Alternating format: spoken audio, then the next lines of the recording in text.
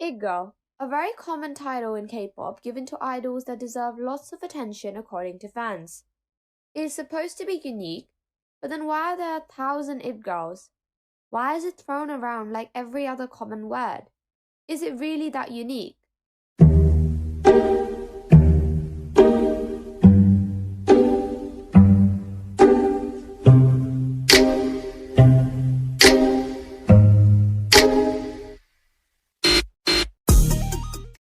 Welcome back to my channel. If you're new here, welcome to my channel. It Girl, what does it actually mean? In fact, a lot of K-pop fans have forgotten the true meaning of the title It Girl, because a lot of the idols that are given the title do not even fall under the criteria to be one. So let's look at the meaning of the term It Girl and the three It Girls. Before anyone comments, where is blah blah, no, blah blah is the real It Girl, I know there are several It Girls out there in K-pop, but to me, the three discussed in the video are the perfect examples of It Girls in K-pop. Quick reminder, voting for Papa Awards is still open and is open till the 20th of December. If you haven't voted yet, please click the link in the description box to vote, and if you have already voted before, feel free to vote again. I have linked the video with information about voting up here, so please check it out for any confusions. According to the Collins Dictionary, an It Girl is a fashionable and attractive young woman, especially one who is well known for attending social events and having influential friends. Throughout K-pop generations, fans have argued about which idol is the It Girl, and I have seen a pattern following all of them. All idols that are considered It Girls are usually just famous and pretty. But let's look at every possible factor that makes someone deserving of the title. So let's take a look at my checklist for an idol to deserve the title of an It Girl. For now, let's ignore the hidden three and look at the first three, the main criteria. The first three are what I call the brand deal. All three of them play a part in the number of brand deals an idol gets. Therefore, to be an It Girl, the idols would need to fulfill each checkbox. So let's look at them in depth. Now, all idols are pretty, but not all of them have unique and identifiable features that make them memorable. But do they have to fit the Korean beauty standards? Not really, as till the time their looks are not common and regular and are pretty with unique features, they would be considered to have an It Girl face. Moreover, brands are more likely to notice and select them as brand representatives if they have unique faces. What this does is make sure you associate the brand with the idol and vice versa, benefiting both parties. This one is very simple. The idol taken into consideration must be popular, especially in Korea, for a long time.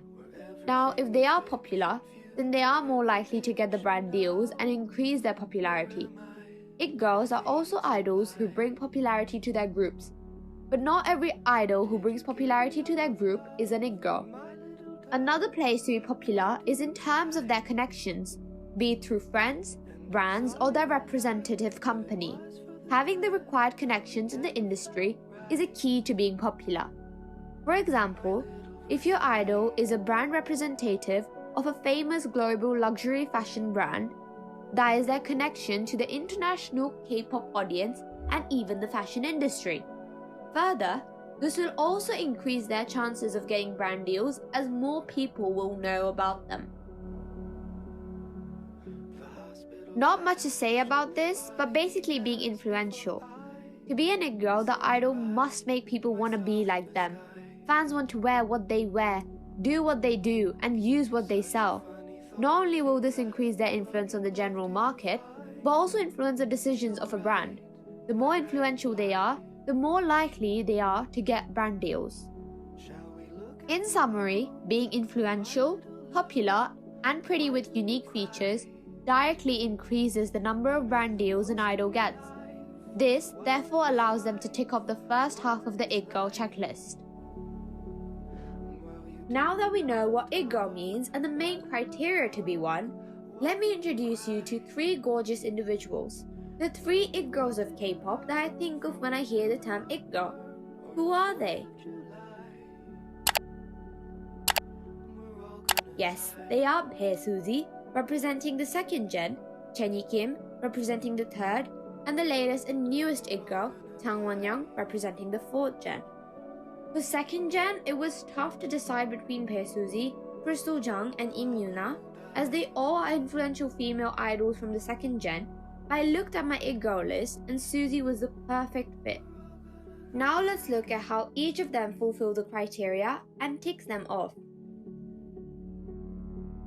Suzy, Jennie, and Wonyoung are all known for their looks, because how often would you see someone that looks identical or similar to them? All three girls have features that make them stand out from the public. Their unique features are the reason for their long list of brand deals. Of course, all three of them are popular in Korea, and it is quite clear. Most K-pop fans across generations will be able to identify them just by their names. That is how famous they are. A clear way to point out their popularity is through the position of the face of the group. The position is usually given to the most popular member in the group, and since all of them hold the position, it means they are quite popular. Moreover, the list of their brand endorsements is long. Just to name a few, Suzy has brand endorsements with Dior, Longines, Lancôme, Swarovski, Jennie with Chanel, Calvin Klein, Hera, Chumchurum Soju, and Wonyoung with Miu Miu, Innisfree, Papa Christine, Krish. If this isn't a clear portrayal of their popularity, then I don't know what is. This has nothing much to say, because the number of videos I've seen to dress and pose like each three of them is unbelievable. I mean, that is a very clear example of them being influential. Moreover, the previously mentioned brand deals point out their influence over brand decisions, and they are also brand ambassadors for a few of them. Suzy for Longines, Jennie for Chanel, and Wonyoung for Innisfree. This is clearly also because of their influence over people, the general audience, K-pop fans, and everyone. Since we have looked at the first three in depth, let's take a look at the last three. Yes, that is very contrasting to the first three. This is what I call the villain phase, and is a common trend among it girls, and is very clear through the three.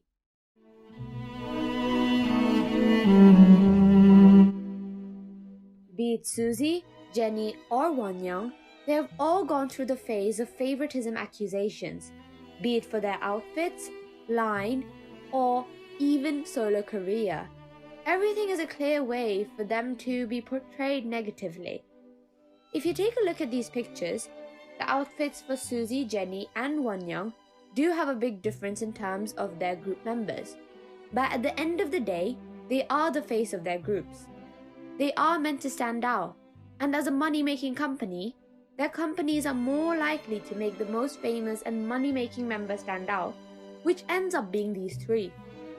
But the real hypocrisy is when another member from the group stands out through their outfits. No one sends hate to them, rather just compliments them. So it could be said that each of them suffers these favoritism accusations because of their fans' bias. Now this may be common amongst all K-pop idols, but are majorly more common towards it girls. This could be simply because of their popularity, as the more popular, the more exposure, the more hate. Not only are these accusations false, but also groundless.